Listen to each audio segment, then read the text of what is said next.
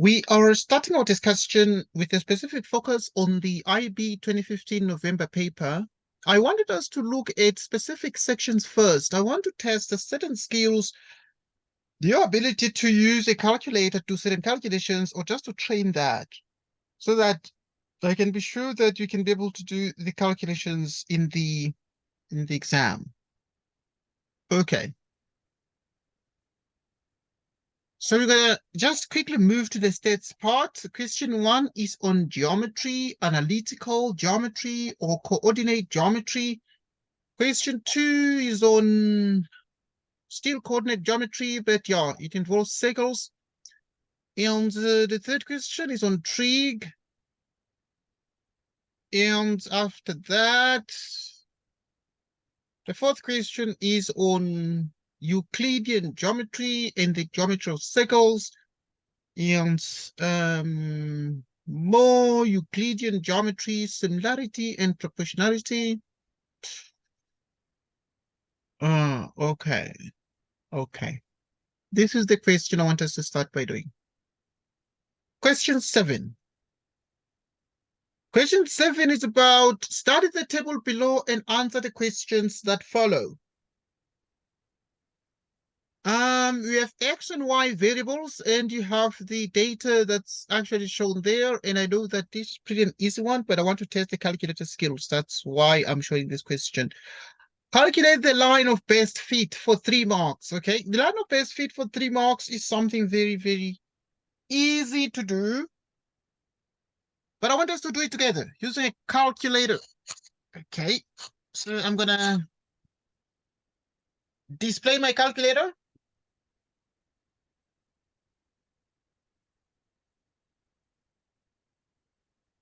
Right, so as I display my calculator, I will launch the calculator. Let me just launch it.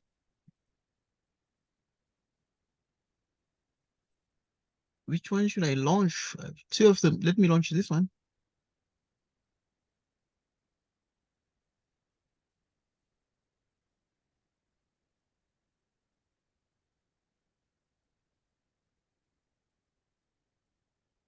Okay, it's loading.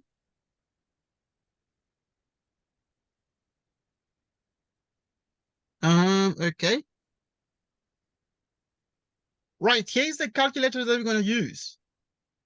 This is the Casio calculator. And with this Casio calculator, we have an opportunity to practice certain things. Now, let's get started by capturing the data. Okay, then. Right, so we start by using, because to calculate the line of best fit, we first will actually do mode button. This is the mode button. After I've done mode, we choose stat, which is number 3. And then we need to obviously line of best fit, which is 2 here, a plus bx. We have the table and we need to capture the x values, which are 1.3,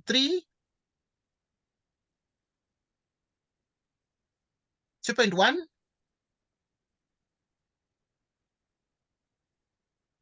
4.2,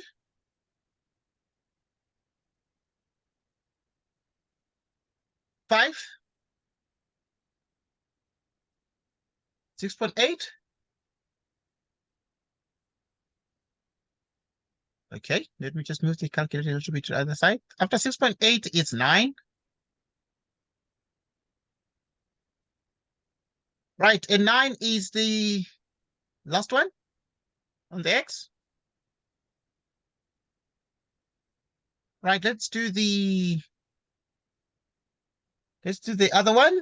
Let's do y, which is 3.2.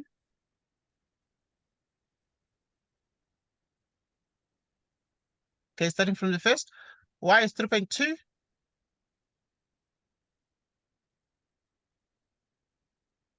6.4.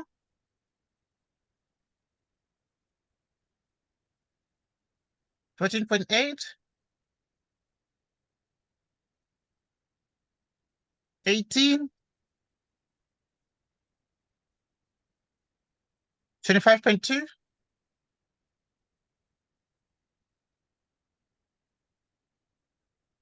Okay. 34.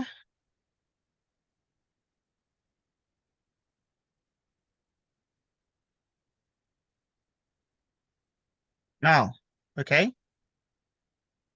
be good. After I've done these calculations, the data is saved automatically, so we're good. On button. Shift stat, shift 1. Want to do regression line. So this line of best fit is a regression line. So we're going to do 5 for regression. After I've done 5 for regression, we have A and B there. So let's choose any one of them. Let's choose A. So we can see clearly that A is -2. So we're going to write that one down. And then say A is -2 there. So you write A. It's -2. And B. B is what? Okay, on. Want to find B now. The data is saved. Shift stat, shift 1. So we have 5 for regression. 2 for B equals. Right, we can see that clearly B equals 4. We write it down. B equals 4. We write it down.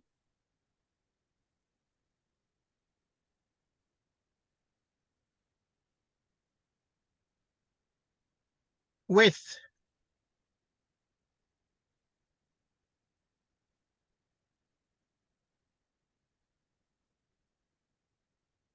A plus BX.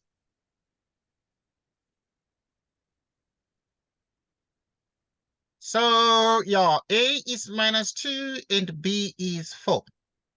You can write it like this, or you can write the line of best fit like so. Like y equals 4x minus 2. Like this. Right, here's the next question. Here's the next question. The next question is as follows. They're saying comment on your answer in number 1 by first calculating the correlation coefficient. Okay, we need to comment on the answer in number 1 by first calculating the correlation coefficient. So let's just do that one. The calculator is still here. And we actually need to do the correlation coefficient. Shift set. Shift 1. Regression is obviously 5. Right, we need actually 3. R. Right, we can see that exactly R equals 1. R equals 1. So R equals 1. So let's comment on the answer. The comment is therefore that we have a perfect correlation.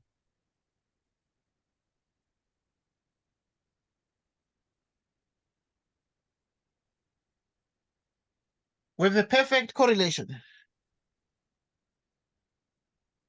Now, the scatter plot below is a graphical representation of the relationship between a household monthly electricity bill and their monthly water bill. The scatter plot below is a graphical representation of the relationship between a household monthly electricity bill and their monthly water bill within the same suburb. Electricity bills between like 100 Rand and 1,000 Rand were used in the study. Okay. We have that. Label the outlier.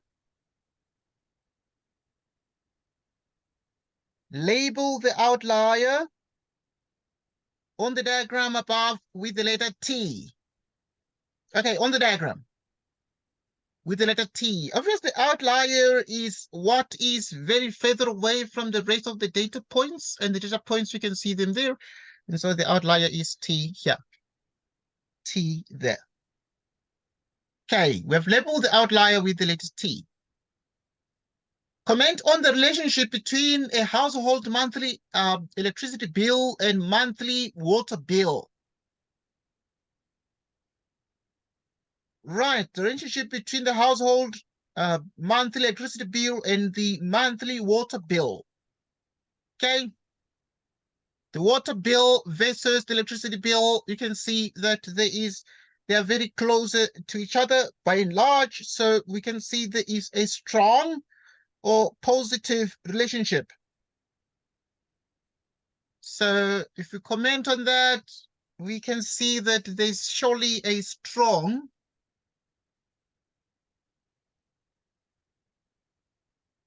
okay, you do not use the word strong, use the word positive. Strong or positive relationship.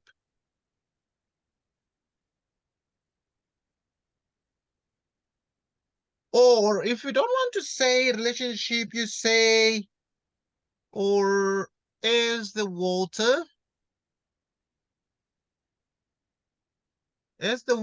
bill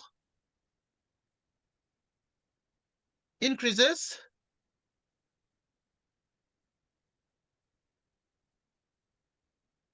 so does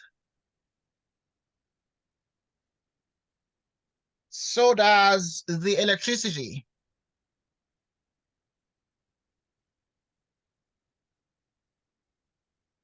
The electricity bill. Right, as the water bill increases, so does the electricity bill as well. So yeah, that's what is evident. So as the water bill goes up or increases, the electricity bill also increases, and therefore we have a strong, but most importantly, positive relationship.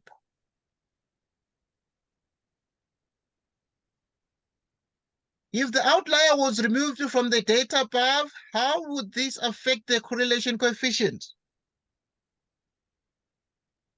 If the outlier was removed from the data above, how would this affect the correlation coefficient? So this one that is making the data to have a weaker relationship, it's weakening because the rest are okay, they are clustered together and they trace clearly a positive relationship, but this one is deviating. If this one is removed, how would it affect the correlation coefficient? Surely the coefficient would therefore increase and therefore be more perfect, because this is like making it less perfect. So the correlation coefficient would increase. So yeah, it would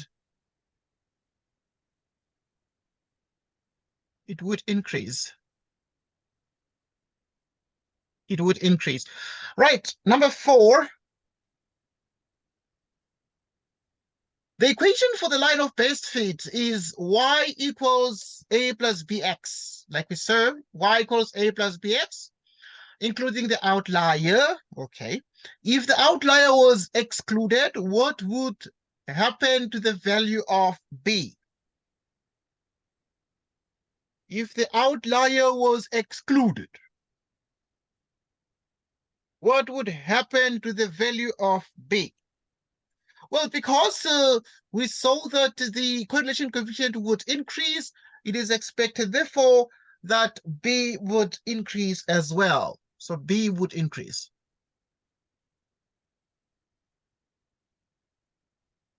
B would increase. Okay. If a household monthly electricity bill, okay, yeah, if a household has a monthly electricity bill of 3,000 Rand, can you estimate the amount that will appear on the water bill for the month using the equation above? Okay. We have... Sir? Yes, please. Sir, can I ask for question 4, where it says with the something about the increase, would it be relative to only B? How would it affect B if the outlier was excluded? Okay, yeah, how would it affect B if the outlier was excluded? All right. Now, a couple of things are very important in how would it affect B. First and foremost, we saw that if the outlier was excluded, or if the outlier was removed, the correlation coefficient would increase. But most importantly, we would see, therefore, how did it affect B? Okay, we saw the fact that the points here themselves together give the values of A and B from the table.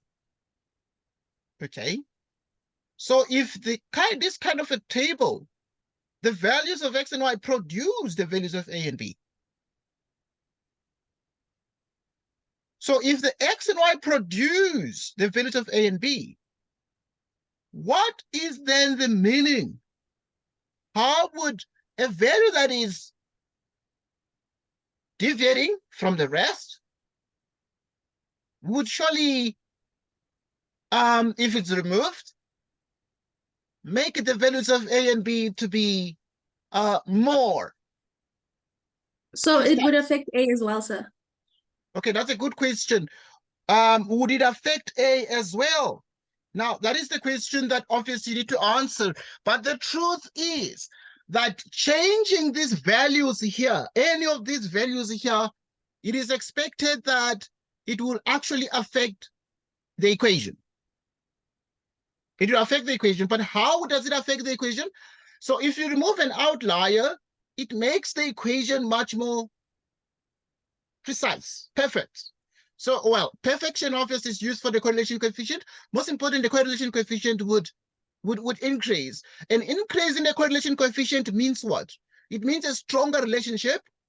What does a strong relationship mean? Well, it actually means that the equation of the line itself, or the points themselves, are more closer to each other. If they are more closer to each other, it means we have a more perfect relationship, a more positive correlation. So it is expected, therefore, that tampering with these values here would have to affect the entire equation. Okay, sir. Yeah, it affects the entire equation, but most importantly, it affects the correlation coefficient. Removing an outlier would affect the correlation coefficient because it makes the relationship weaker.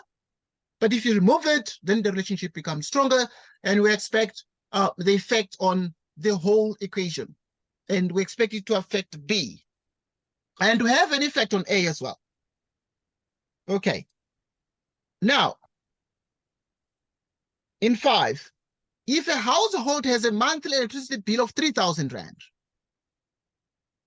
can you estimate the amount that will appear on the water bill for the month by using the equation above?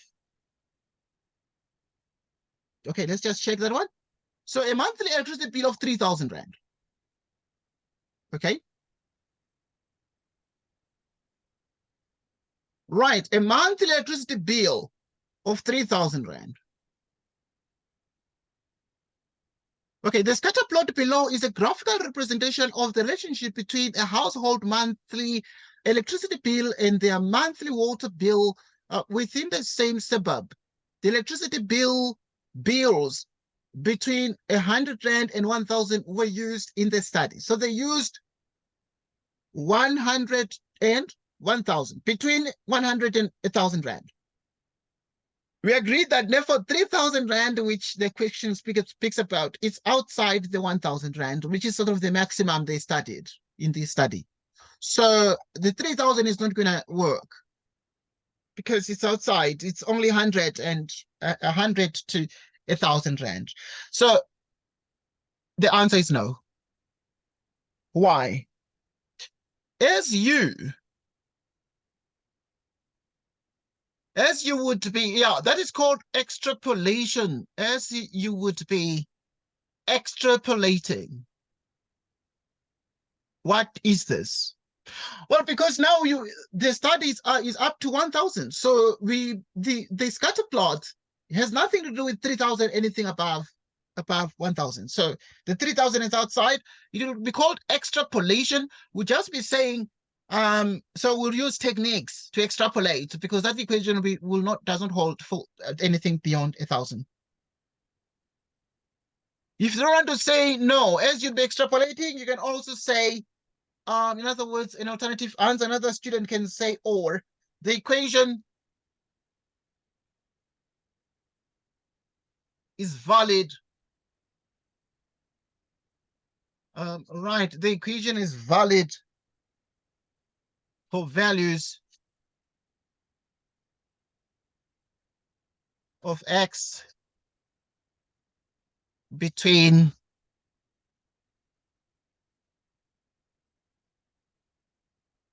100 and 1,000 rand.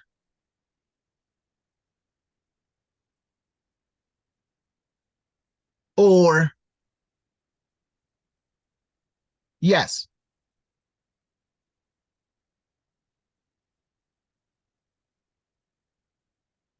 but the result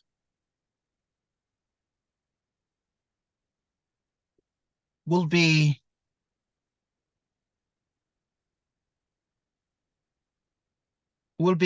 inaccurate. Okay, so obviously there are many answers to that.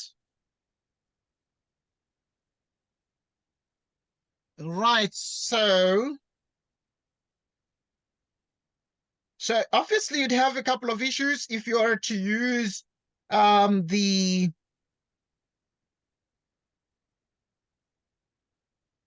right inaccurate.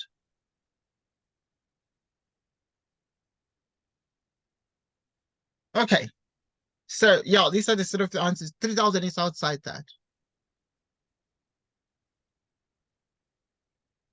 Okay.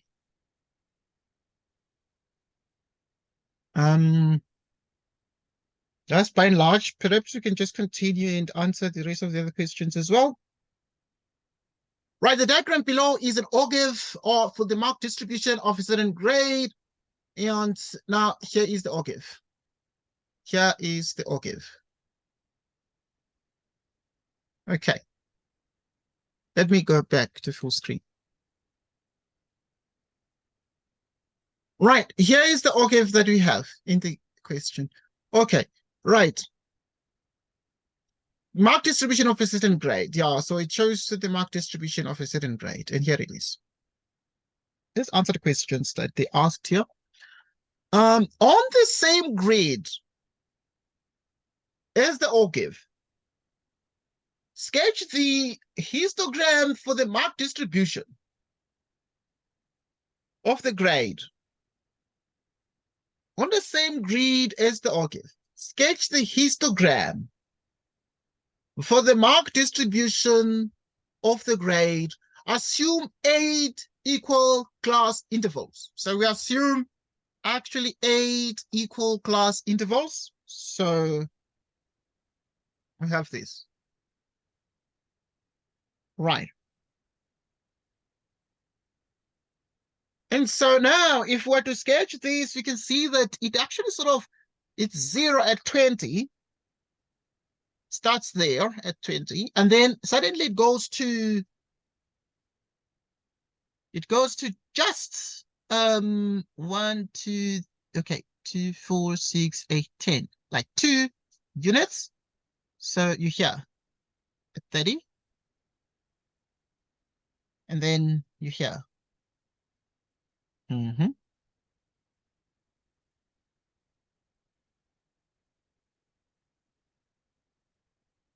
then you're here.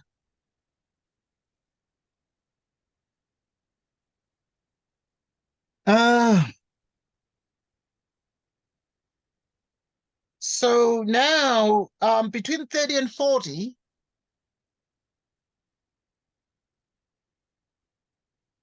so at 40,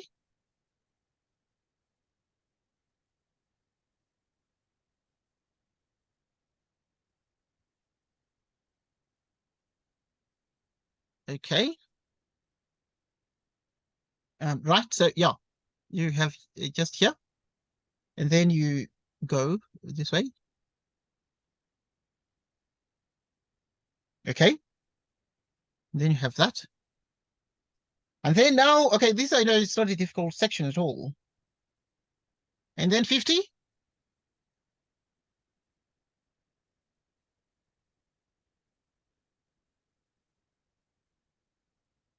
Okay, just a sec.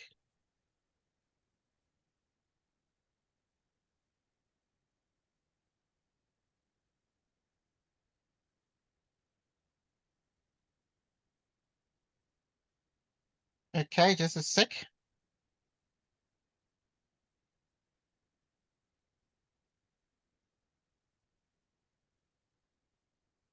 Okay. Okay, I want us to assume 8 equal class intervals. So if you assume 8 equal class intervals, then you have up to 8 of this. Right, so the couple of things I want us to look at very, very carefully here. Obviously, you're going to be having 20 to 30, it's going to be a 2. And then you're going to be having 30 to 40, it's going to be at approximately 4. And also 40 to 50 is going to be at approximately 4. Okay, and then also 50 to 60 is going to be at approximately 4. Okay. And also now you'd have to look at the fact that 60 to 70 is going to be at exactly 10. Okay, so let's just make a small change here. Want us to make a small little change. A small little change. Okay, let's just continue.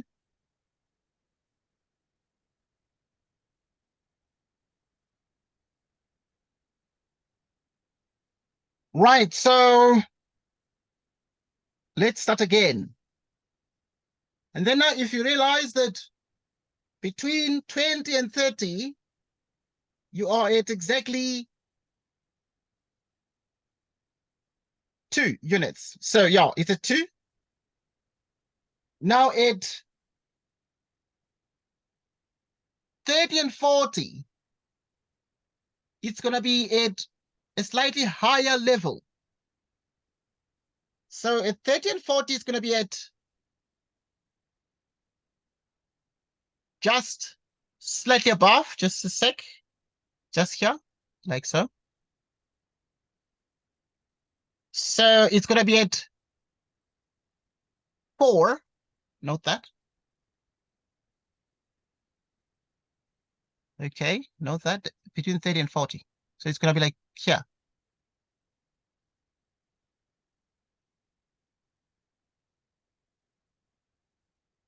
And therefore now you'd have to analyze what happens here between 30 and 40, but also between 40 and 50. Now let's look at what is happening at 40 and 50. Right, so approximately at 40 and 50, it's going to be still sitting at the same level as 4.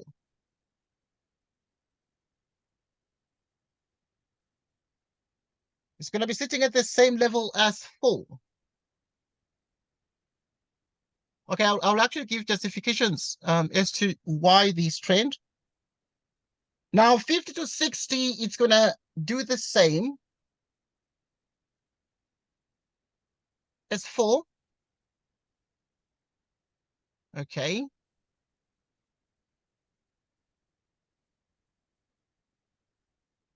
And now 6 to 70, it's going to be 10. 60 to 70 is going to be at exactly 10. Just check that. Yeah. 6 to 70 is going to be at 10. Like so. And then we continue. Right. At 70 to 80, it's gonna be what? Right. So at 70 to 80, it's gonna be at 20.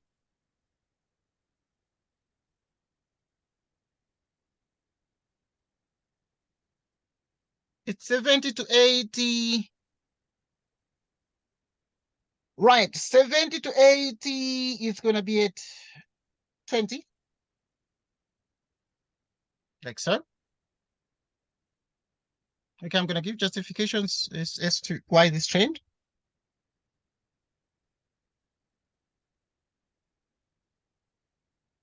Right, 80 to 90 is gonna be sitting at exactly right, look very carefully at 80 to 90, 60. 80 to 90, it's gonna be at 60.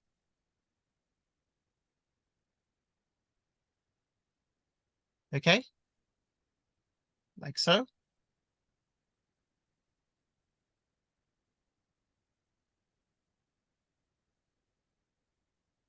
Now 90 to 100.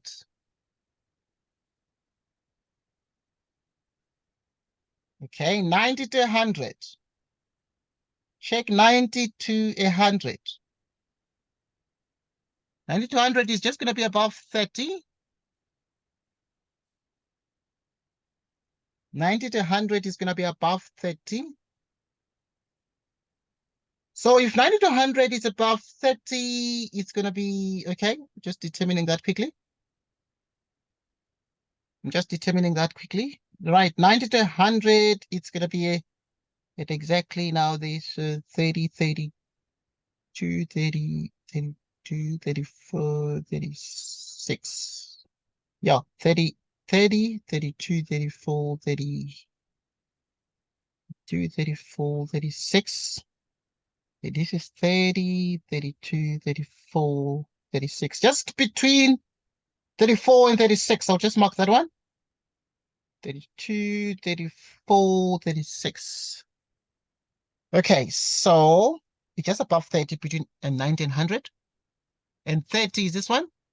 So you have 32, 34, 36 just in the middle. Approximately there. 32, 34. Yeah. 32, 34. Just above 30, 34, 32, 34. Yeah. And that is between 90 and 100.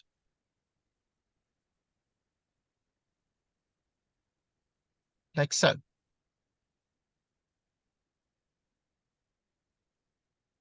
Okay, so the couple of things that you need to realize that here we are looking at the histogram for the Mach distribution. And if you look at the histogram, there are a couple of things obviously you need to consider and that you need to think about. Right, and obviously you are looking at 8 equal class intervals of some given length. And if there are 8 of them, you'd count to actually 1, 2, 3, 4, 5, 6, 7, 8. 1, 2, 3, 4, 5, 6, 7, 8. So you have 8 class intervals. And now you'd have these. Obviously, you must understand that this is on the same grid as the OGIF. Right. So the OGIF is actually drawn from the cumulative.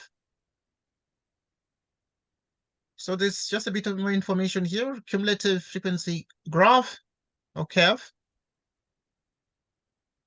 Where does the cumulative frequency curve come from? It comes from the standard frequency distribution that has the class intervals. Like, yeah, 8 class intervals. So normally you'd have your class intervals.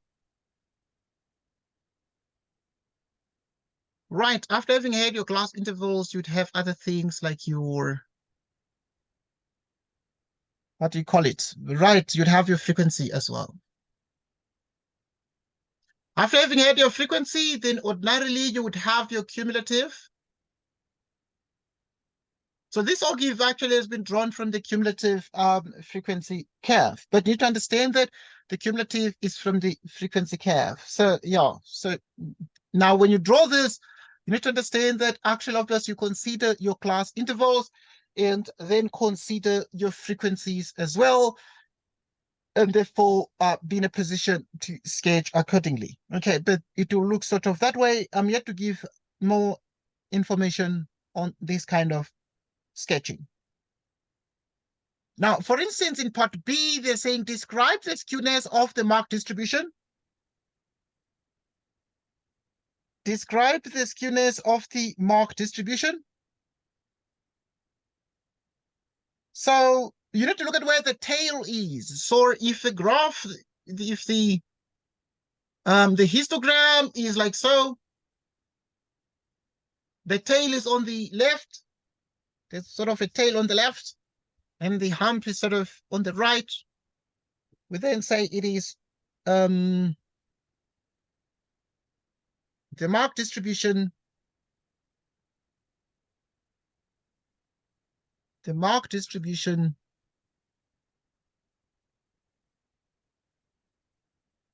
is skewed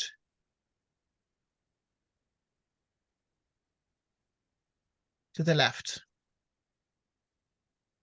because, yeah, it's flatter sort of on the left.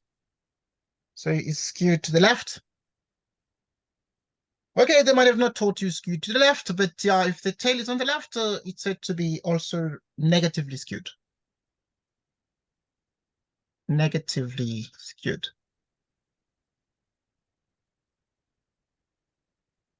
All right. Right. Okay, this is a very, very interesting, very interesting discussion there. Very, very interesting discussion. Okay. We're yet to have these in detail. Okay, I'm yet to look at an interplay between the frequency graphs and the cumulative frequency graphs, or what called the ogive. Right. There is also another notion. You might be aware of this, obviously. State whether the statement is true or false. Explain. The median is closer to the upper quartile than the lower quartile. Okay, so now you need to think a little bit about this, but yeah, I'm sure that you can be able to see that it is a true statement, that the median is closer to the upper quartile than the lower quartile. Right. It is true. Why is it true? It is true because the data is skewed to the left.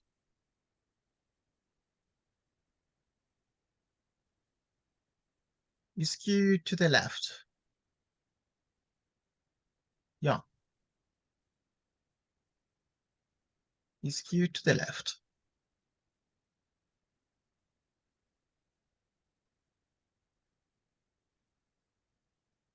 Okay. Alternatively, okay, I want to mention something else in short.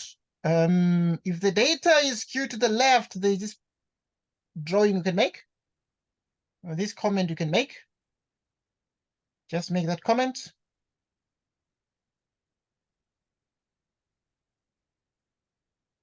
Right, for negatively skewed data would have the mean is going to be somewhere here.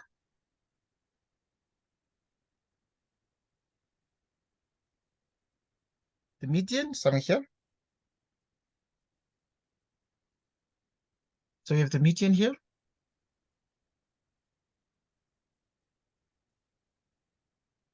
And then here,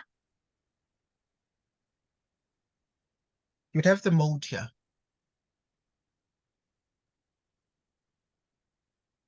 Like so. Okay, they're always that way. Okay, obviously this is true for negatively skewed data. say the data is negatively skewed if the sort of it's flatter on the left. It's negatively skewed. Okay, we have the opposite of this.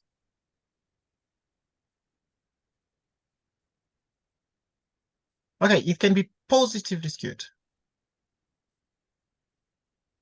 Positively skewed. Okay, if it's positively skewed, what is the meaning? So it's the opposite of that. The hump is like so. The hump is sort of on the left, and it's flatter. There's a tail on the right. So ordinarily you would have the mode here, like in the negative case. You'd have the median here.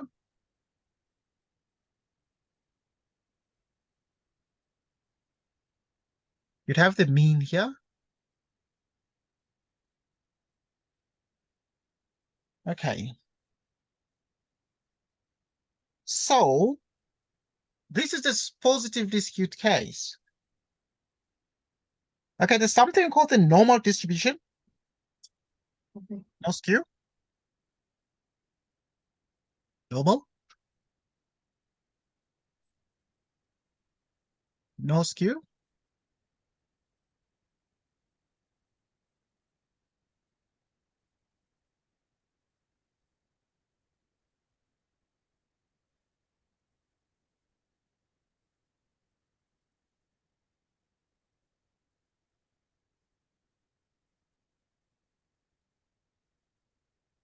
So you have the mean here, the median, the mode, like so. So, okay, yeah, I need to write this properly so that what I mean here, you might get a little bit confused here. Okay, if it happens that the graph, that histogram that we drew now is like so. It's like so. So you'd have the median, the mean, excuse, the median, the mode, all of them the same, all of them here. So yeah, by that I meant this. So in this case, we say that it's normal.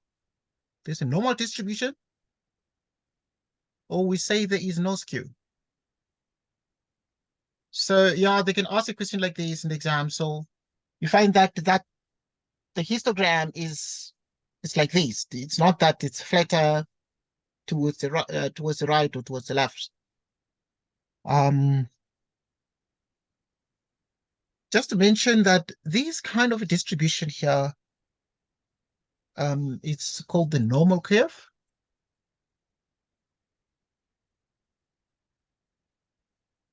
Or it represents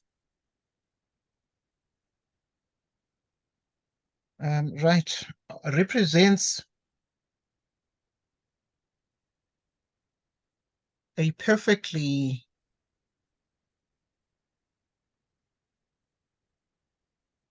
symmetrical distribution.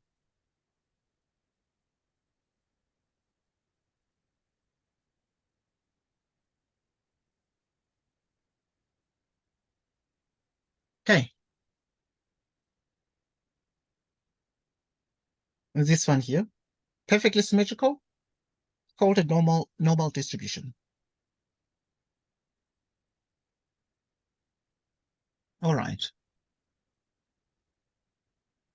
Right, for about 2 minutes, I want us to look at this and think about this and analyze it a little bit more as we've drawn it. Now, I want to just give comments. We shall move to other sections as well. So looking at the graph the examiner drew, there are a couple of things and points I want us to sort of extract from this. so that we make the most of the section, but also we have some better understanding of these kinds of distributions. Right, so for example, if one looks at these in relation to the question, in relation to the question paper that was given, right, I want us to think carefully, look at the original curve, draw relationships between different representations. Right, obviously we saw that at 20, then it flattens, and from 20 we have 0. So ordinarily you would imagine that you would have to begin your thing at 20,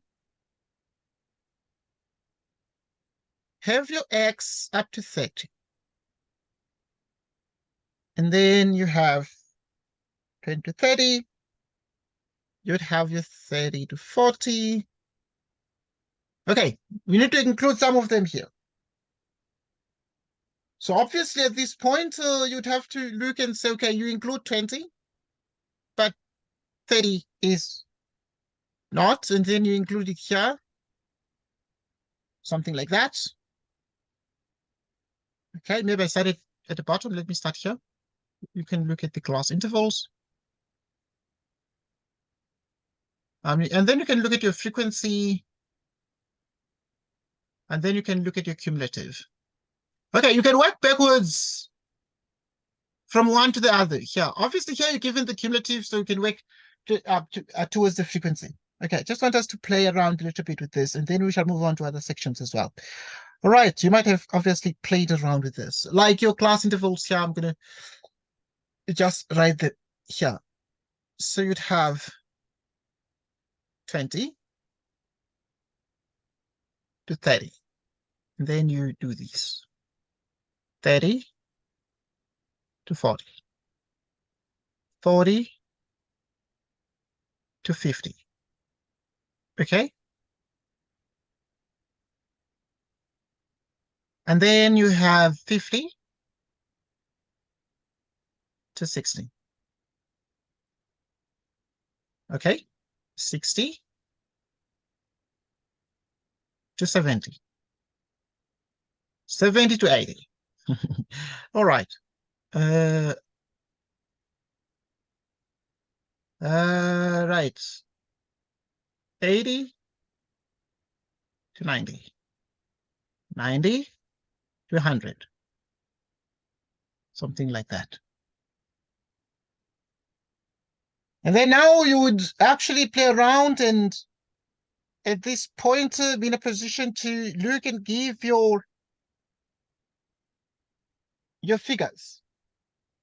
And by look at it, by how much sort of it increases at a time. Right, like up to 30, you would realize that it actually increases up to 2. So you would realize that here it goes up to 2, for example.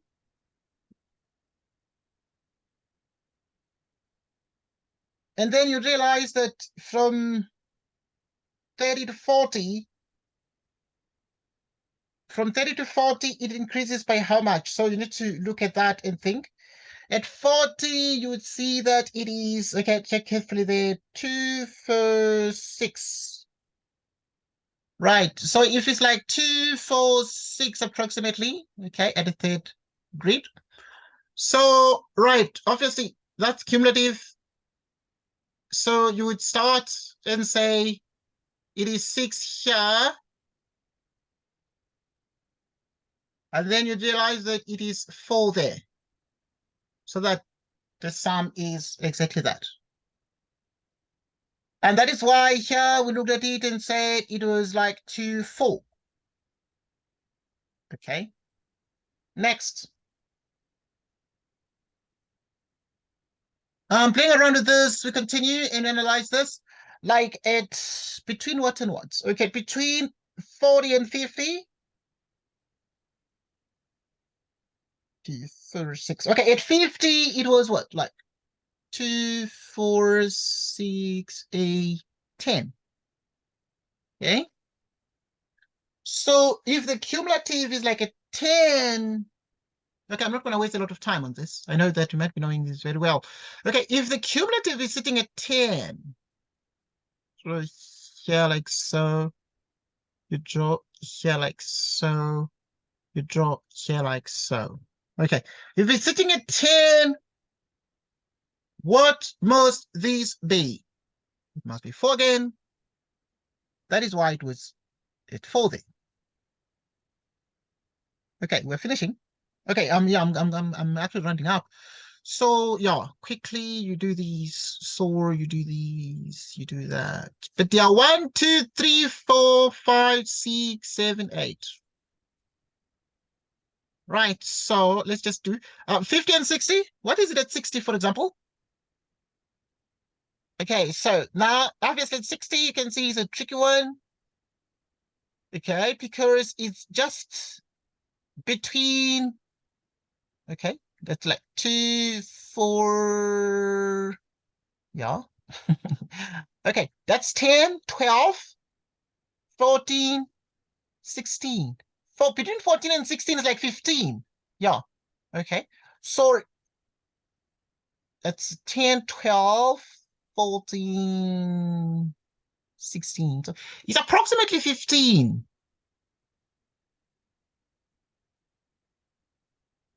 And so if it's approximately 15, then here you actually add them up. So by how much then, so that this is 15, what should this one be? So you've seen it's 6 here, it's plus 4 is actually 10, and then you add approximately another 4, but slightly higher, so just about 5. So that is why it's just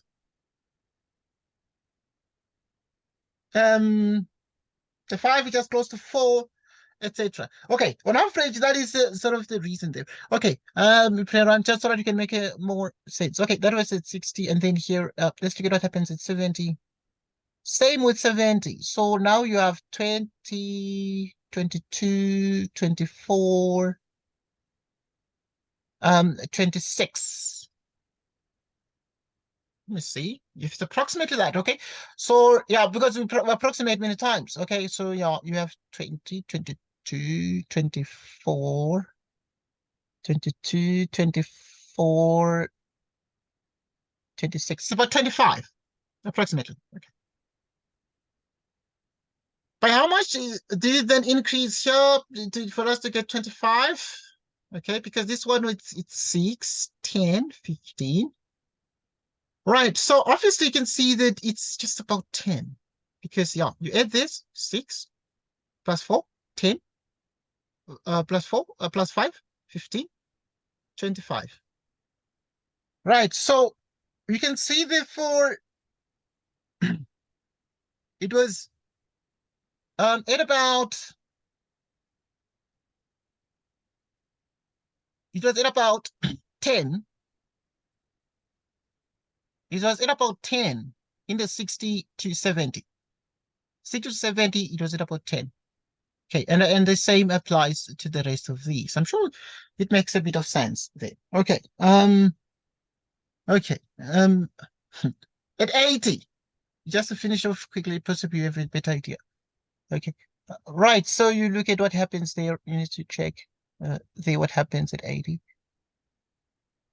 All right, but I'm sure you can finish. You get the idea. Okay, because I've already marked the things, and it is on average. This is sort of what you'll get here.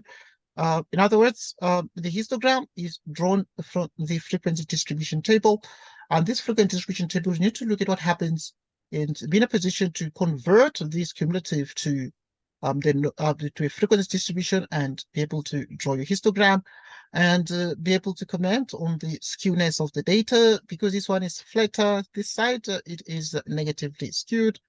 Right, or as I said already, it is skewed right. Okay, it is skewed to the left, or it is actually or positively skewed. Okay, just a minute there. Need to check the consistency of the language that is used. Just a second. I need to confirm the language. I need to cross check the language that is used. Okay, it is skewed to the left or negatively skewed. That's what I said. Yeah. Okay, or negatively skewed. Okay, because this positively skewed is for, make sure you understand that is for this part. Okay. Um, all right. Okay, we're just playing around with a little bit of stats. I know this is pretty, maybe not, it's a very understandable topic, and um, you pretty much be fine with it, pretty much okay with it. Let's just see some of the things. Okay, I don't know. You can spend some time on Euclidean, perhaps, intrigue. Yeah. Okay, I'm just gonna jump around. I'm just gonna jump around and then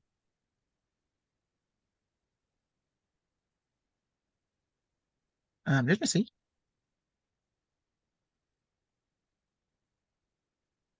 Okay, there are a couple of things that are like basic and yeah.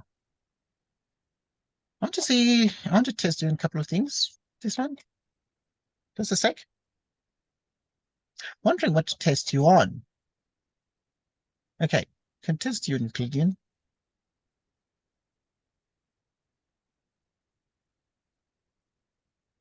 Uh-huh. Okay, we're gonna look at the proof there. Okay, I'm just pressing through the geometry, please. Just okay.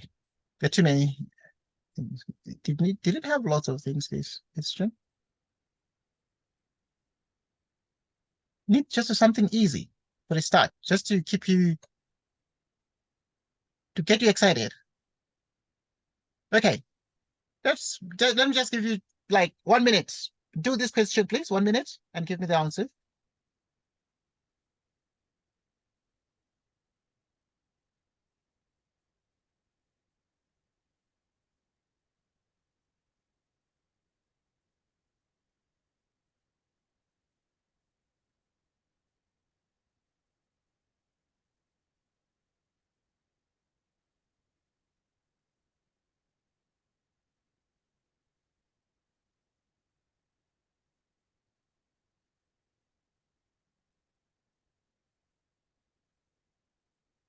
Sorry, I was off. Let me see.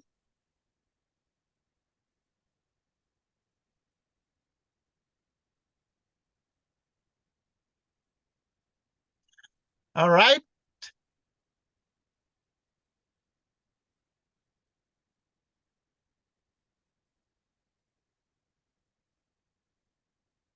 it's fine.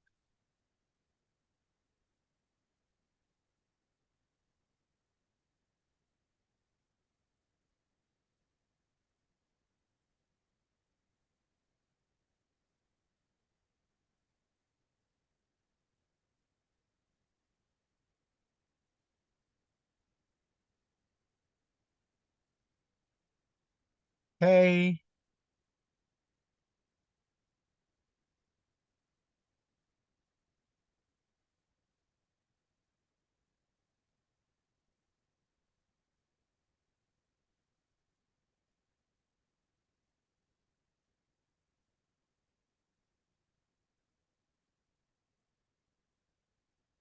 okay, please let me know when you're done.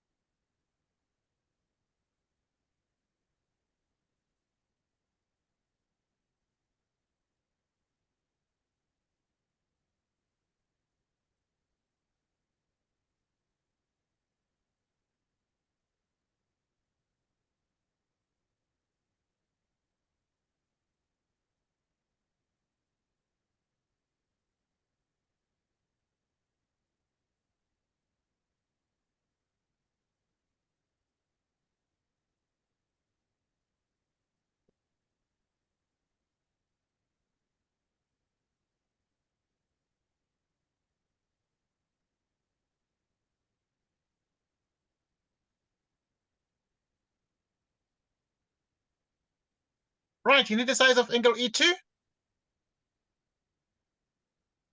What do you think the size of angle E2 is? So I'm not done yet. Okay, that's fine.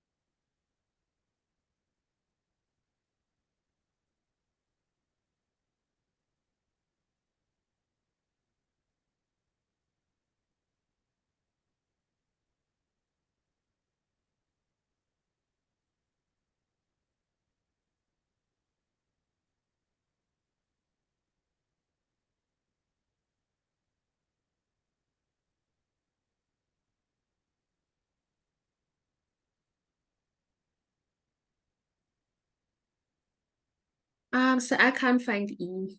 Okay, that's fine. Never mind. Because we're practicing. So I'm gonna do this session and then I'm gonna do another afternoon session if you're, as I said already.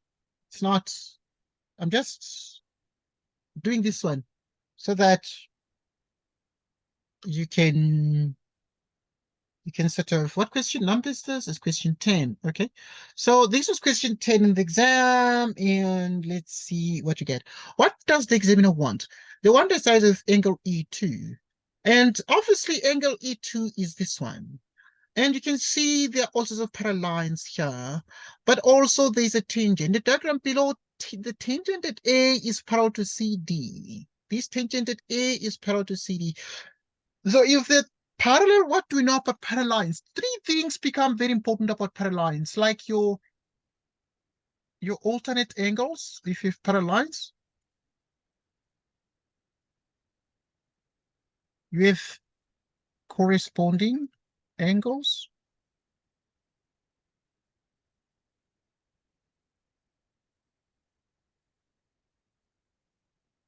You have cointerior, if this is part of that. All right, so we're done with this question already. Now we're studying, but we're done. Right, so what do we know? Like, want to find the size of the angle E2. Let's just mark it like so. Want to find this one. What do we know? We know that angle B is 55 degrees. Angle B is 55 degrees. So yeah, 55 here. A1 is 18. 1, 8.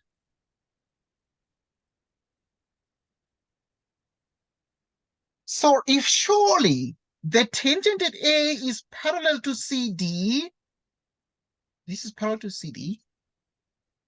What do we know here? We could do a couple of things, like there are all sorts of the alternate angles, like angle C and angle B. Angle C and angle B. So we have that angle C is also the same as what? Right. So yeah, we have that the angle C is this one. We can just get this one. Want to find this one, but one way is to find this one. So to find that one, we're going to say angle C is equal to angle B because of this. If there's something like this in mathematics, this, so this equals this.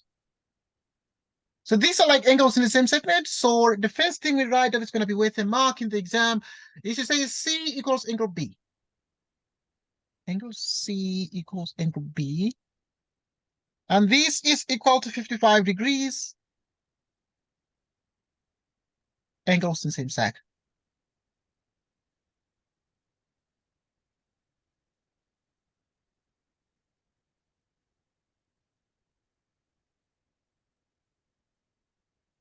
Okay, so yeah. So this one is 55 also, like B, because they are subtended by the same chord or the same arc, AD. The same chord subtends this angle, but this same chord AD subtends the angle C as well. So yeah, the angles in the same segment like so. Okay, sometimes they're like these or like so. The up or the lying on its side like that. Okay. Angle D2 is equal to what? Angle D2 equals exactly what? Right, so if you have this guy here, this,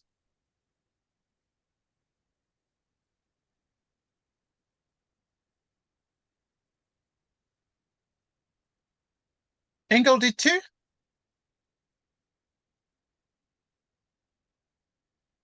is equal to 18 degrees. Okay, angle D2 is equal because by the tangent theorem, angle between a tangent to a circle and a chord equals the one in the alternate segment. So this angle D2 must also be like 18 degrees. Yeah, why? So we write that one down. Why is D2 equals 18 degrees? Because of the tangent theorem.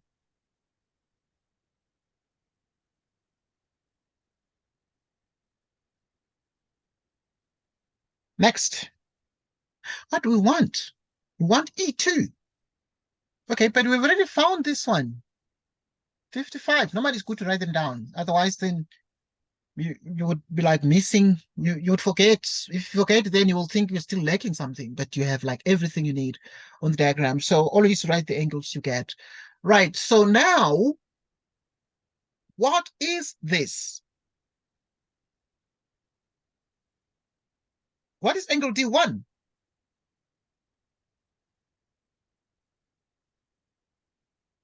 D1 plus D2. D1 plus D2 must be 55 degrees. So D1 plus D2 is equal to 55 degrees. Why? So we write that one down. We're going to just state the reason now. D1 plus D2 is 55 degrees. So I want us to state the reason why the angle D1 plus the angle D2 is equal to 55 degrees. Yeah. Obviously, the couple of things you need to consider, because this one here is 55 degrees. Is the angle between a tangent to a circle and a chord? It actually is equal to the angle in the alternate segment.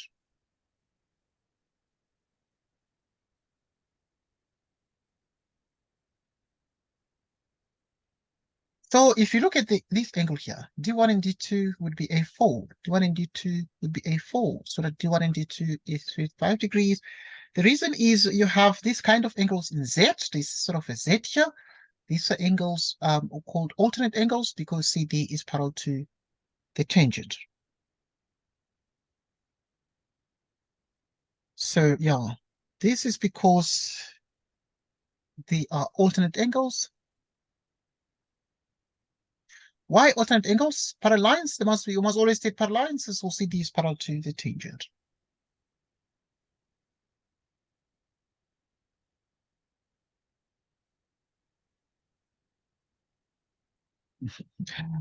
All right, very nice and easy. Now D1, D2 is 18, so which means therefore D2 is equal to what? It's equal to 55 degrees minus 18 degrees.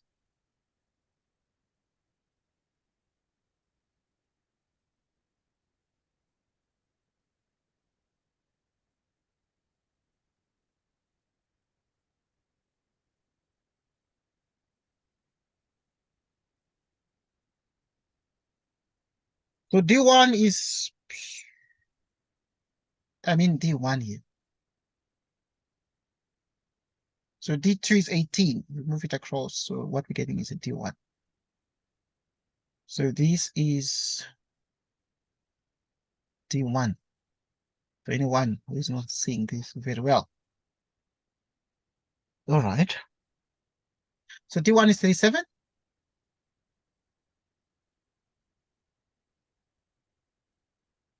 Right, so we're happy because we have this triangle now, side triangle CDE, and we have two angles, then we can just find the third angle. This plus that must give us 180 degrees, so we're good. E2. Angle E2 is 180 degrees minus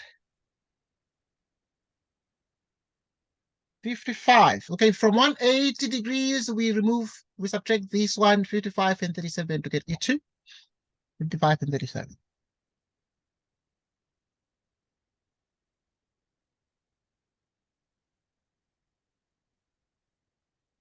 And the answer is 88 degrees.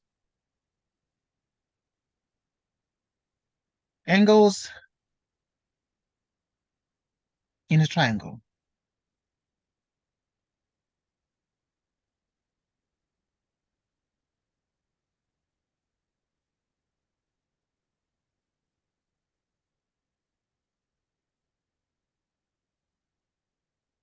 Continue. We continue.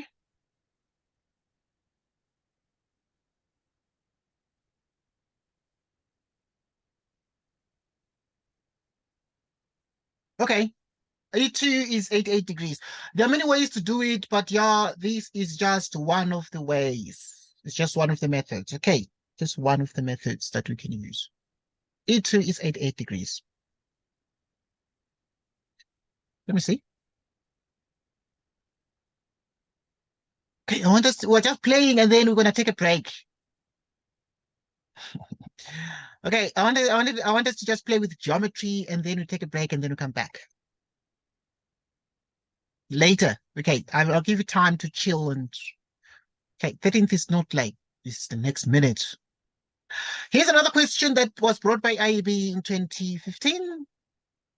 Okay, here is the question. In the diagram below, circles with centers P and O are drawn. They love these kinds of circles in the IB, the double circle questions or triple. Now, tangent PD and PE. Tangents PD and PE. Have the circle P at B. Okay, let's read together. So we have tangents PD. There's a tangent PD and PE.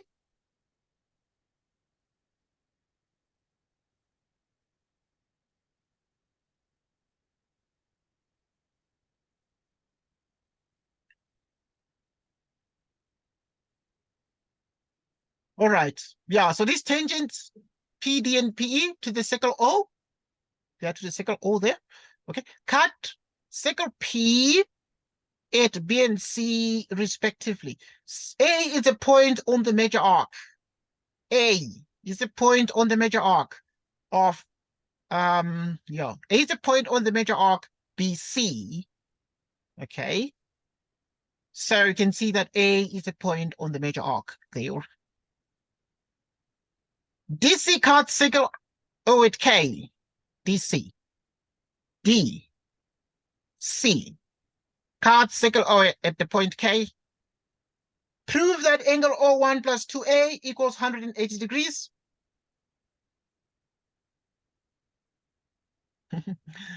All right, very easy question. Some of these I'm gonna give to you. Sir? Yeah, I'm just thinking some of these I can just give to you. Some of the answers I can just do them, but it's not the best thing for me to do. Sometimes I wish we like practice and you see where the challenge is, and we like, but you're gonna be bored sometimes because you're like, you look at this question, okay, this is an exam-oriented discussion. So yeah, I'm gonna do it in twofold. So I'm gonna do this exam discussion, but there have to be other questions that will like sort of prepare you for these. I think that is very necessary. There has to be a step ladder. Okay, let's do this one because it's too easy. I wanted to give it to you first. Let me give it to you first for like 3 minutes. How many marks? Hey, 8 marks. You get this one, you passed matric with distinction. 8 marks. It's like 10 out of 100. It's like to the nearest 10 is 10% out of 100. Well, it's like 10 out of 100. So out of 150, yeah. But it's huge. 8 is huge. Sir, can I quickly just ask, Yes. if O wasn't the center and it was lying on the circumference of the bigger circle, would it be considered a cyclic quad? Yes. If this point O was on the circumference, yes. If this point, is that what you mean, right? If this O was like on the circumference of the bigger circle, Yes, sir. yes. So you would have a cyclic quad. You would have KDOE would be a cyclic quad. KDOE would be a cyclic quad. But now it's not obviously a cyclic quad yet, provided somebody can prove it is. But the way it has been drawn, it's not. So yeah, you think about it. But the examiner wishes that it is, because now they're like 2a plus O1 is 180. Okay, so it's 2a plus O1 is 180. So the examiner wanted to like imagine a cyclic quad. So was like thinking if it's a cyclic quad, then like the opposite angles are like supplementary. So it is tempting to think of that. Yeah, but yeah, I'm just giving you like 3 minutes and then we shall do the corrections. Okay, I'm planning more discussions where we shall have like practice, practice, practice. More geometry, because geometry can be tricky. Um, because you don't have anyone. It's only you trying the questions. I was gonna have the other student, but he's having a school meeting. Okay.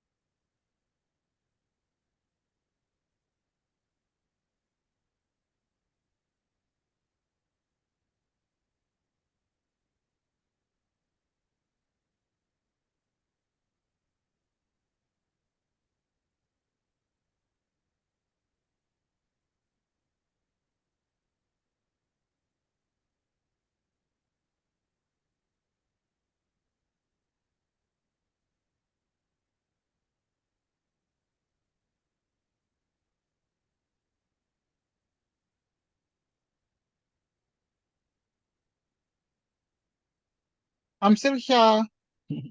I've not gone yet.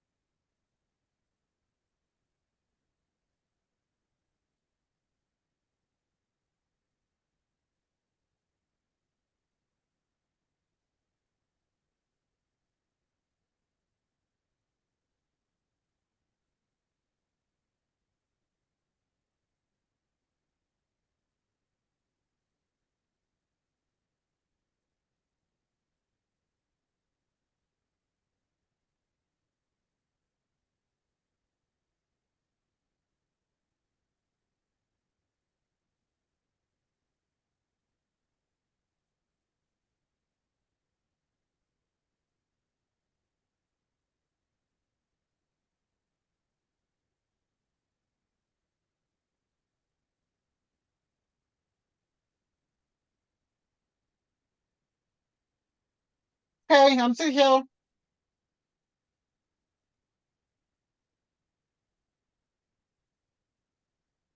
Right, it's a practice session, so I'm gonna do a repeat of this discussion because this is a very nice paper.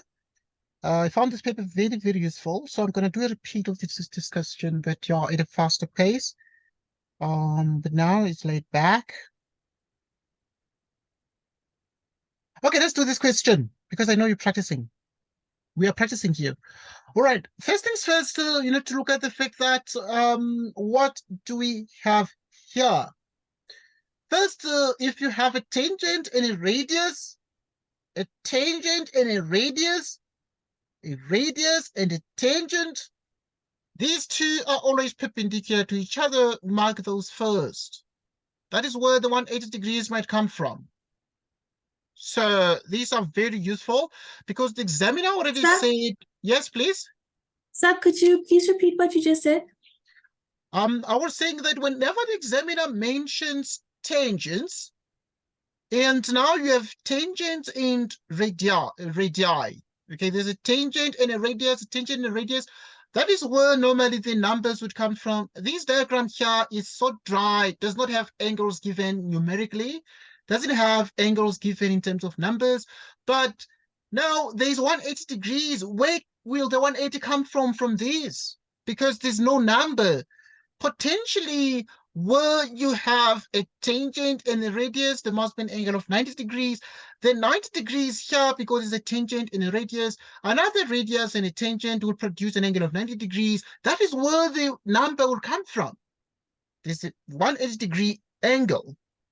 So we are one step closer immediately because we now have numbers. We did not have any numbers, but also the numbers would come from opposite angles of a cyclic quad. You saw that, but this is not a cyclic quad here. Okay. So we are one step closer, and that is the answer, in fact, okay? Because that means this angle is now 90, and we have 90 and 90, and we're good. So it means that angle PDO is like 90 degrees. We need numbers. We want to prove about O1 and 2A, but the numbers would come from here. They will come from, because otherwise there's no number here. There's no size of this angle O1. So, right, so PDO is 90 degrees line from center. Yes. Line from center. Can say that. Line from center perpendicular to tangent. Or you can say radius perpendicular to tangent. The minute the examiner mentions the radius and the tangent, surely there's an angle of 90 degrees there.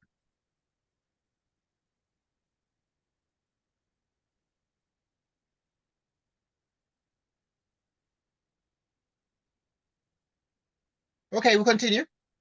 The other angle now. Like, because I marked them.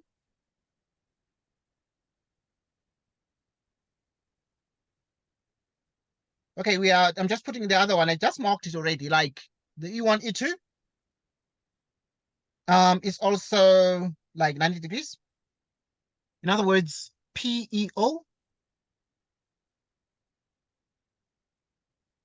is 90 degrees. Again, it's line from center perpendicular to tangent.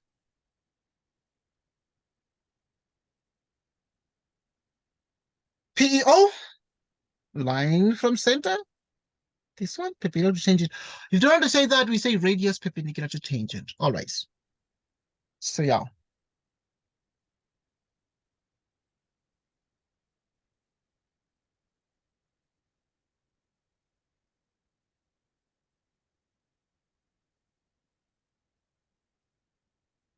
Next.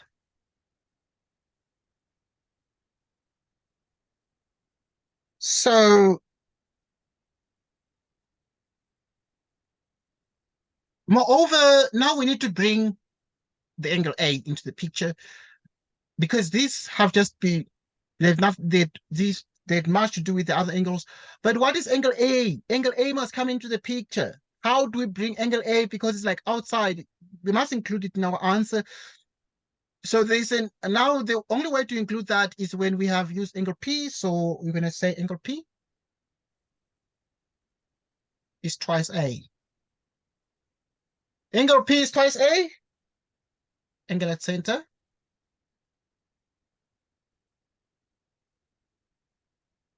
equals 2 times angle at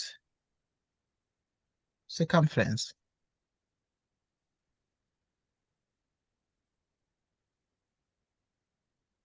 So yeah, with that angle P is twice A, angle at center is twice angle at circumference. So there, I always speak about those three like theorems.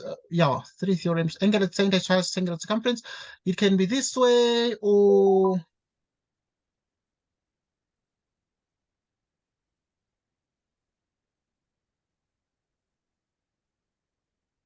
Um,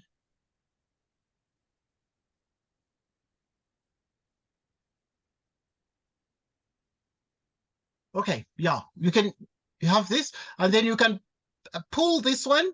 If this is like a rubber band, you can pull it so that it stretches to the other side. So you'd have this,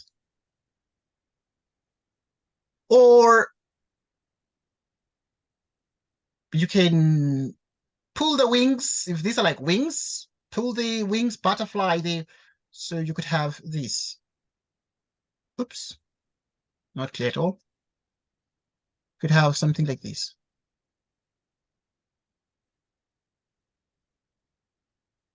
All right.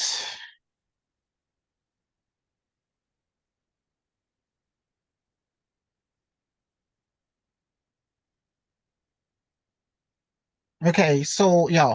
So angle P is twice A because of these theorems. This is the same thing. So if this is P, if this one angle at center is the angle P, so you could have angle A there. Angle at center is P, and this one is A.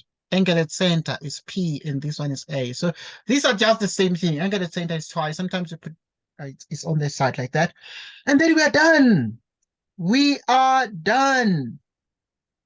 What is next? So we have angle P right now.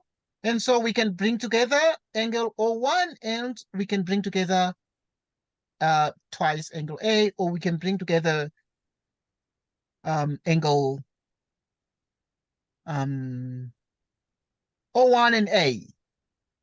O1 and A. What is angle O1 and angle A? Okay, look. The fact that this one is 90 degrees and that is 90 degrees, it means, therefore, that this one is a cyclic quad because the opposite angles are supplementary. So we state it in writing. So we're going to say PDOE is a cyclic quad because the opposite angles are supplementary.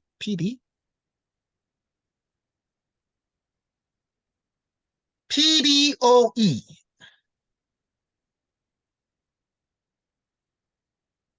is a cyclic quad. Why? Because the opposite angles are supplementary.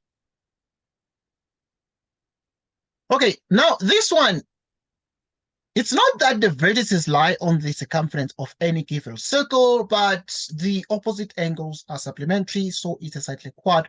And therefore it means we can just add P and the opposite angles, okay? We can just add P and O1 is 180 degrees. Angle P plus angle O1 must be 180 degrees. Why? Because they're opposite angles of cyclic quad.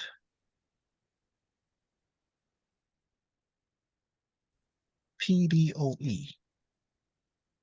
Okay, angle P plus O1. What is angle this one? 2A.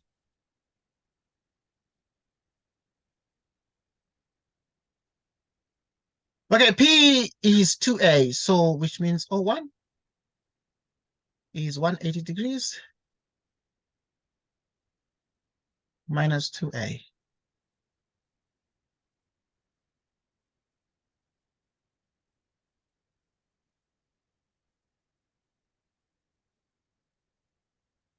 So yeah, anyhow, you can remove this. It's the same, but yeah. Okay, you can write this is enough. You can say angle like this is given. Angle O1 plus twice A is equal to 180 degrees. Yeah. Okay, so we're done. So what was the trick in proving this question? The trick was just saying there's a radius and there's a tangent. if you have a radius and a tangent here, like a radius and a tangent 90 degrees, another radius tangent 90 degrees, the opposite angles here are supplementary, and therefore this whole four-sided shape is a cyclic quad. And then we can just say, therefore, even this one plus this one is 180 because opposite angles of a cyclic quad are supplementary. And then that's what the examiner wanted, so it was just enough for us to prove this. Next. Prove that C3 plus E1 is equal to 90 degrees plus A. These are top questions, quite. So they're quite hectic a little bit. Okay. All right. Now, if you look at this one, like, need to prove that C3 plus E1 is equal to 90 degrees plus A. C3 plus E1 is 90 degrees plus A. C. C3 plus E1 is equal to 90 degrees plus A. C3 plus E1 is 90 degrees plus A. Okay.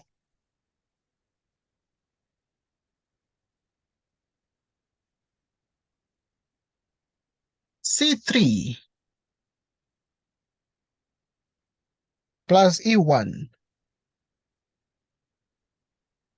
is equal to 90 degrees plus A.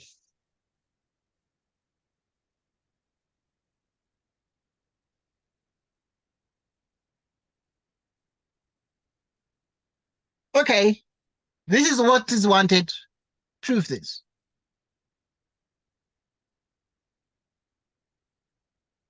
So I have to give you like a couple of minutes. It's easy, this one. Okay, C3. C3 is this one. Plus E1 is equal to 90 degrees plus A. A is this one. C3, E1, and then A. Okay, so this I think is going to be a practice session. We're just talking, and you're going to try some of the questions like this one. I've brought the question here and so that it can be closer to the diagram and you can see the diagram and try to prove this. So all the circle geometry questions are a little bit tricky. Yeah, but I think we need more exercises. You need more geometry questions that will sort of prepare you to step up your understanding of the geometry so you can be able to do most of these.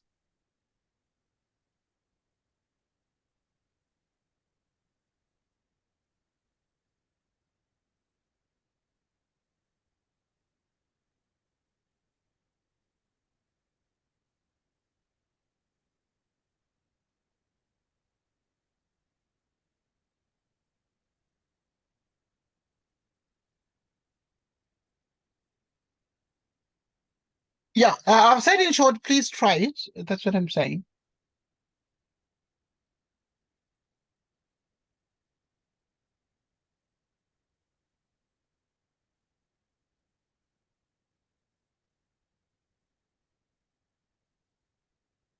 Okay? Yeah, I'm saying just try it. You'll forgive me that it's torture a little bit.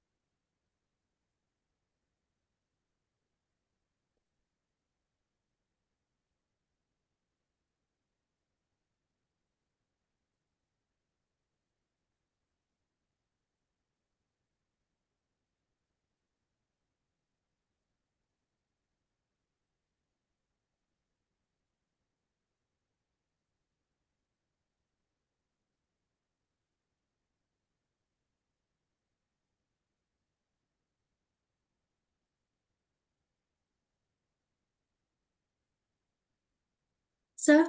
Yes, please, you done? So I think I got C3, but I can't find for E1. Okay, that's fine. Okay, we're just practicing, so yeah, it's nice and easy. First things first, in this question, we need to know, for example, we know that angle O want to prove this. So if you want to prove this, one way to prove this is to think of angle A first. The examiner put it on the right just to trick you up a little bit, but you can start by thinking of the angle A first, but you can start by thinking of C3 as well first. Doesn't matter. Like if you look at the angle K2, okay, these tangents, these to the circle cut at P or at yeah, okay, tangents PD, okay, I'm reading full, PE to circle O, okay, cut the circle P at B and C. These tangents cut the circle P at B and C respectively. A is a point on the major arc. There it is. DC cut circle O at K. So this is a straight line. How important is that? It doesn't look straight because it could be bent here, but the examiner is saying, please do not worry about it, it's straight. And that is for this reason here. It's for this reason because now you can say from grade 10, if you have this. So why is DC a straight line? The question is, why is this a straight line? Because you need to use it. The examiner is telling us that please do not ever think that DC is not straight, such that it burns. It is straight because we need to use it to prove this result. Why? Because if we know that this is a straight line, like we can know that given a triangle, then there's the side that is produced such that this is straight, then the sum of the interior angles would actually be the exterior angle is equal to the sum of the interior opposite angles. Exterior angle, grade 10, equals to the sum of interior opposite angles. Okay, so it would therefore mean that here K2, this is equal to this plus this. So K2 is C3 and E1. Already we have a part. Like we have exactly, because the question is how do you get the sum here? This C3 and E1, the examiner is just adding them up. So it means therefore we can just use the fact that K2 is C3 and E1. And that is the first step. So K2 is equal to C3 and E1, the exterior angle of a triangle is equal to the sum of the interior opposite angles. So yeah, K2 is equal to C3 plus E1. K2, well, you can say C3 plus E1 is equal to K2. Oh, K2 equals that. The exterior angle of triangle is equal to the sum of interior opposite angle. Sum of the interior opposite angles. Okay, so this is the first step that is going to produce now the C3 and K1, and then we're done. The next thing is how do we therefore K2? K2 would have to be 90 plus A. Somehow, 90 plus A. So let's check. So now, here is K2. Yes. K2. What is angle K2 equal to over here?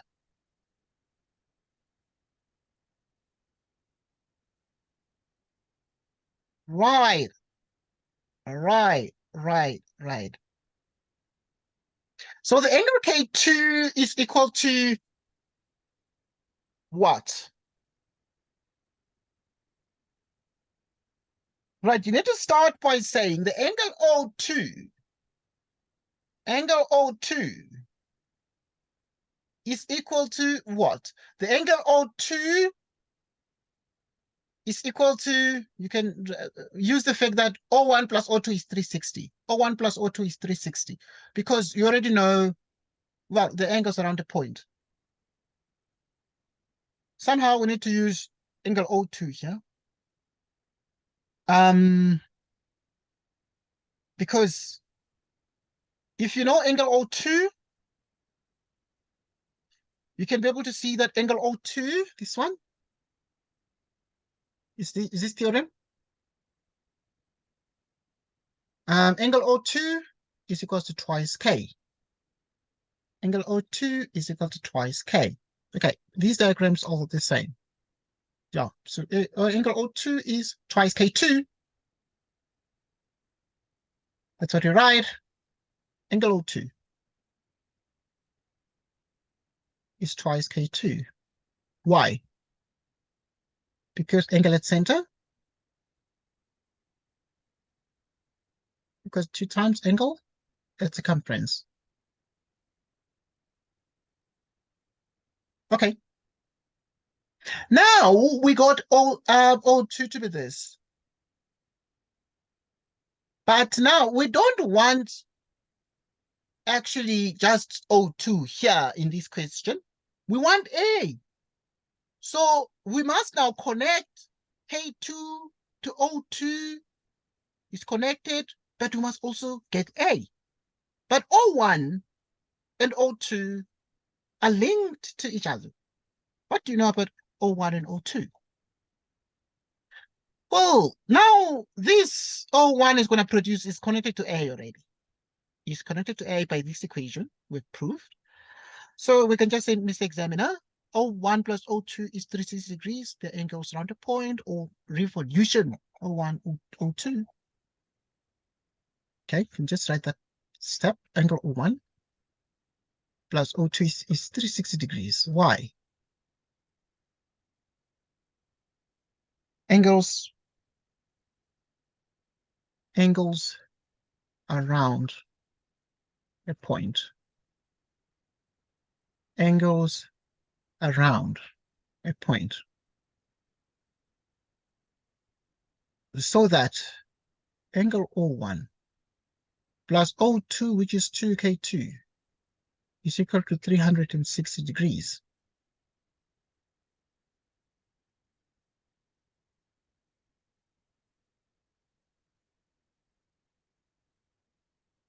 Okay.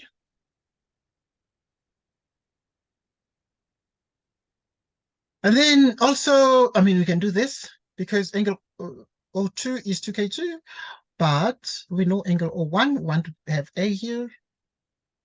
So, but angle O1 with this formula, angle O1 plus 2A is 180 degrees. Angle O1 plus 2A is 180 degrees. Why? Well, it is proved in one above. Okay.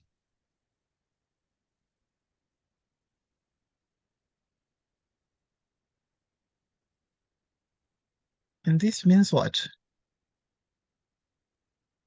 Hey, I don't mean to confuse you here. You know, I'm stretching the proof. But if you transpose the A to the other side, it gives this.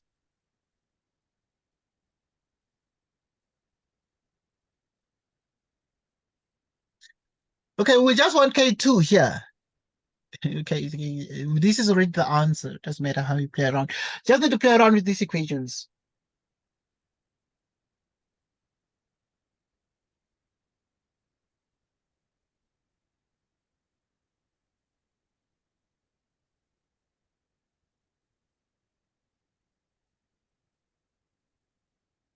Okay. Okay, what is this? O1 is already this, but you can substitute it here now.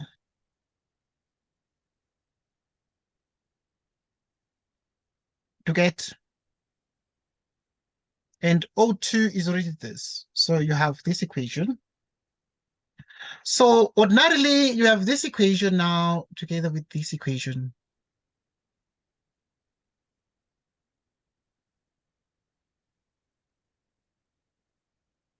O1 is this, you can just put it here to get K2 out of this. We obtain In the place of the O1, you put this one. Minus 2A. Okay, O1 is 180 minus 2A. And add here. Plus 2K2 is 360 degrees. Why? This is substitution. I know I dragged this proof, but this is the idea, please. You can try to shorten this, but yeah, we have this. Want to find K2 out of this? What is K2 out of this? Just find first 2K2 by manipulation. This is 360 minus 180. 360 minus 180? 180. So we're done with the 180 and the 360 because 360 minus 180 is 180. 2A. Divide by 2. 90.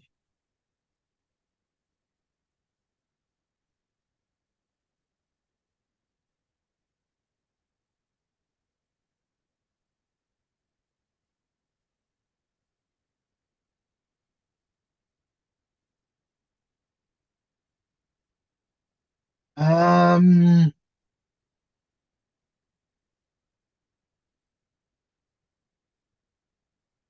okay, we're done because, oh, sorry, it's plus here.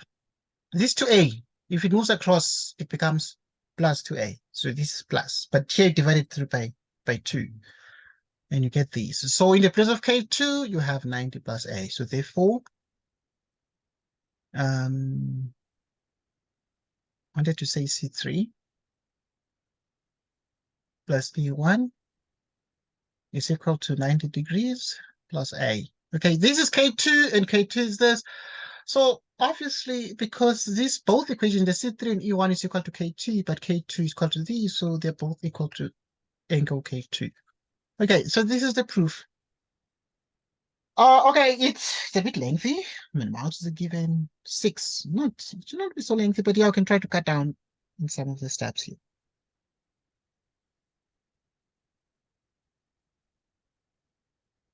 What would the shortest proof look like here for this? Right, under exam conditions where you have like lots of stress and time constraints, the first equation would be to say angle O2 is 180 degrees plus 2A.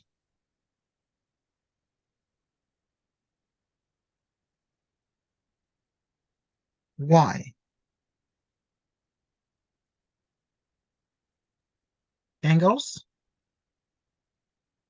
around a point. Angles around a point. And then you proceed to say angle K2 is 90 degrees plus A. I'm trying to shorten this in like 4 steps. So K2 is 90 degrees plus A. Why would K2 be 90 degrees plus A? K2 is 90 degrees plus A. Angle at center is 2 times angular circumference. Angle at center, 2 times angle at circumference. And then you also write like K2 is equal to C3 plus A.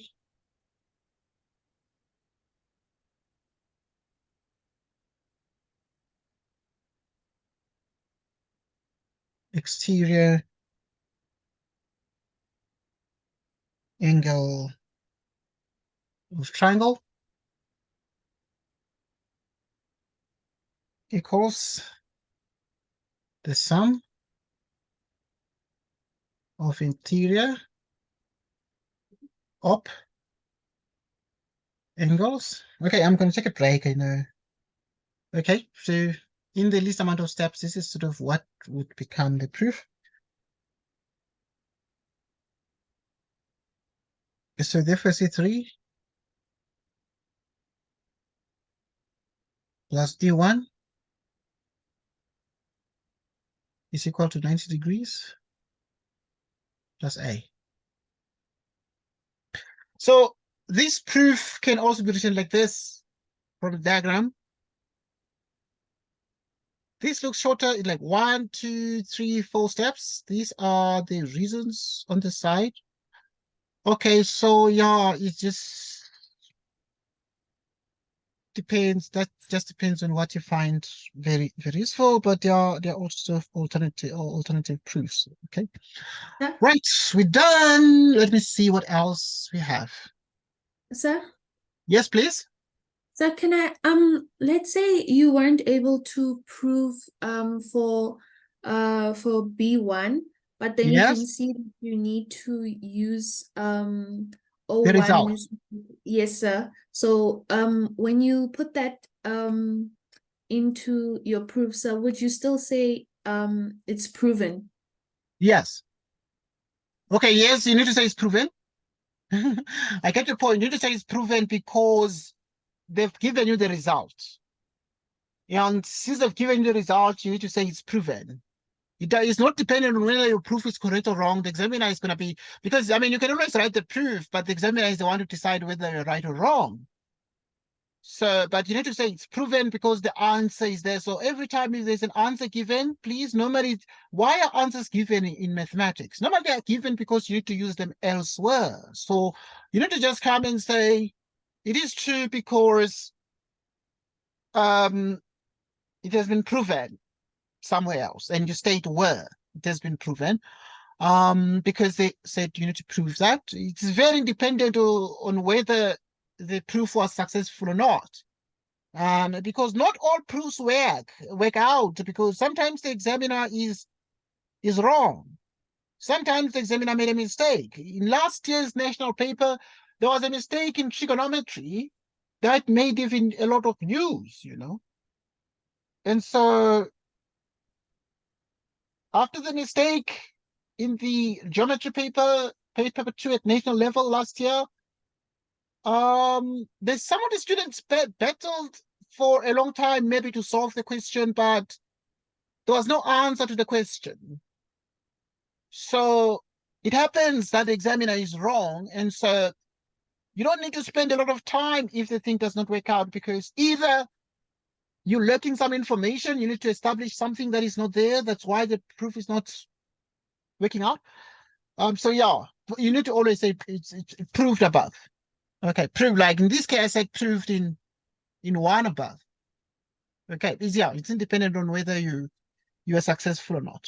Okay. Right. I wanted to see the next question. I'm gonna take a break shortly and then gonna return. Okay, let me see. Okay, just 1 sec.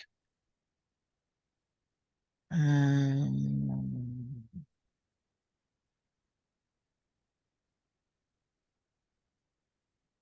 okay. You see, IB is very serious when it comes to asking questions. They don't play. But I'm gonna give you one homework.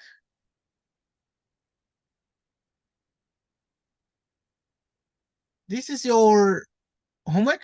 I'm gonna do it when I return. In the diagram below, an acute angle triangle ABC is drawn. A line PQ is drawn where P lies on line BC. If the ratio of these is this, determine the size of this. Okay, so this one is your homework. You're gonna do it during your spare time.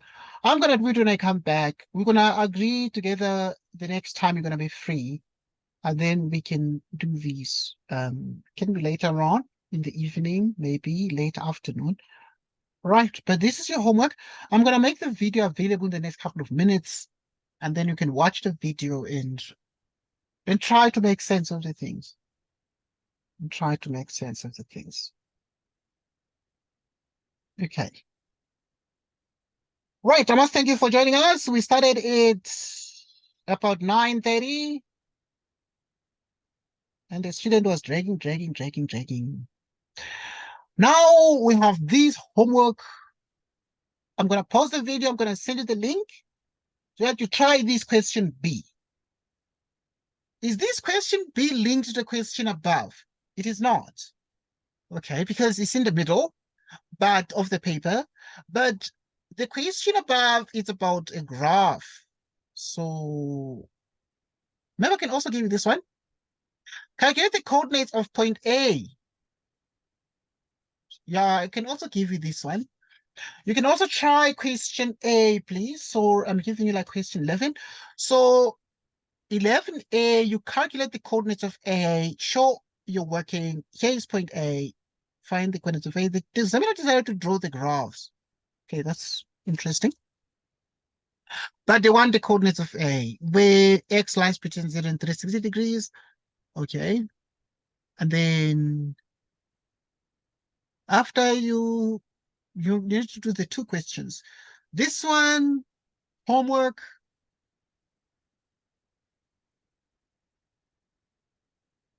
And this one is your huiswerk. Right, these are your homeworks. They're huiswerk. And so, all right, thank you. We'll talk again. You'll think about it. You let me know on WhatsApp the next time we're gonna meet. We can meet today later on, yeah. But so that we do more geometry and other things. All right. Okay. Okay, Okay. sir. Thanks for now, Marang. So yeah, you need to Bye, repeat sir. these questions. Okay. Yeah. Goodbye. Repeat these questions. Try them again when you watch the video. Close the answer. Pause the video. See if you can do them yourself on your own. Okay. Yes, That's sir. practice. All right. Okay. Thanks, Marang. See you later on. Goodbye.